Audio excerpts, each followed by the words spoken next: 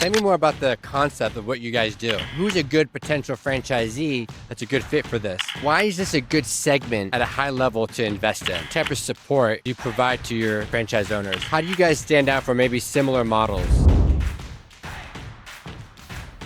All right, you want to introduce yourself, please? My name is Darren, President of WingsUp Restaurants. Tell me more about the concept of what you guys do. So we're a small footprint, low overhead model. So takeout and delivery, that's our focus. We do fresh, never frozen chicken wings. And then we focus to delivering to people's homes. That's what people more things are happening in people's homes. They're watching Netflix, they're ordering Amazon, and they want a good high quality food option to be delivered to their home. Amazing. Now, I know the majority of your locations are in the Canadian market, and now you're entering the US market. Tell me more about who's a good potential franchisee that's a good fit for this. So we always look for owner-operators. It's super important that people are intertwined with their communities and they work with their communities and develop the community aspect of their business. So we don't sell to just investors or people that want to buy 10, 15 stores all at once. We really make sure that they're connecting with the community and that they work in their stores, they build a community feeling with their staff, all the other stakeholders involved. Why is this a good segment at a high level to invest in? It's a very much growing segment. More people are eating out than ever. Less people are cooking at home. They're looking for different options and people have less time. They don't have as much time to cook at home or prepare meals, and they're looking for good comfort food options that they can quickly purchase at a moment's notice. And as a franchisee, what type of support do you provide to your franchise owners? So we have multiple levels of support. On the operations side, you regularly meet with our franchisees through our area managers. They'll go over their performance, they'll go over their goals, they'll go over operational difficulties or things that they get stuck with. On a marketing side, we're always working with them on a marketing side so they can penetrate the local market and get closer to their communities. How do you guys stand out for maybe similar models?